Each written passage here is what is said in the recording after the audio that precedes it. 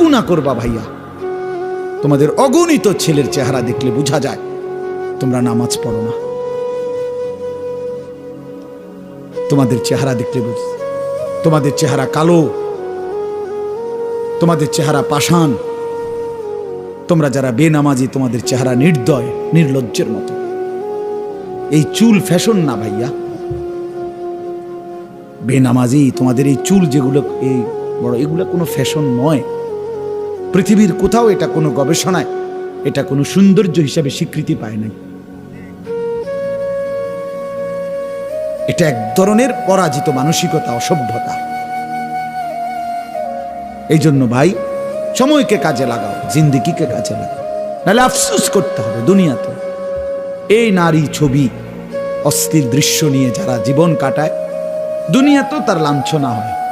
এক সময় প্রয়োজনের মুহূর্তে শারীরিক সক্ষমতা আর থাকে না, কষ্টই পায়, দুঃখে দুঃখে মরে, দুঃখে দুঃখে অন্ধকারে কাঁদে। এই জন্য আমি অনুরোধ করলাম, বুঝলে তো বুঝছই, না বুঝলে নাই। চারিত্রিক অধপতন সবচেয়ে বড় অধপতন। নারীর লোভ, নারীর আসক্তি, এটা জীবনের সবচেয়ে বড় পরাজয়। ওই শেষ, ওই শেষ। ফাত্তাকুদ দুনিয়া ওয়াত্তাকুন নিসা। নবীজি একটা আশ্চর্য হাদিস বলছে, উম্মত গোটা দুনিয়ার ফিতনা থেকে বাঁচো। আবার আলাদা বলছে, এবং নারীর ফিতনা থেকে বাঁচো।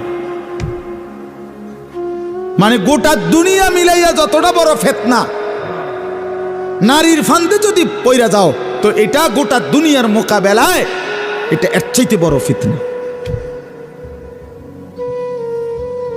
বাকি সব ক্ষতি পোষাইতে পারবা, কিন্তু চরিত্রের এই ক্ষতি আর পোষাইতে পারবে না, যার চরিত্রের অধপতন হয়েছে।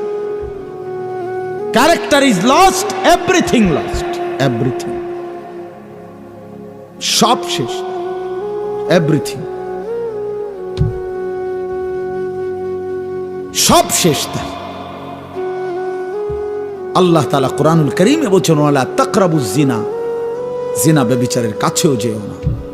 কোন নারীর দিকে তাকানো, যার প্রতি দেখার অনুমতি নেই, এটা জিনা, চোখের জিনা। কোন নারীকে ছুঁয়ে দেখা অবৈধভাবে, এটা ছাতের জিনা। কোন নারীর সাথে অবৈধ কথা বলা, মোবাইলে হোক আর সরাসরি হোক, এটা মুখের জিনা, জবানের জিনা।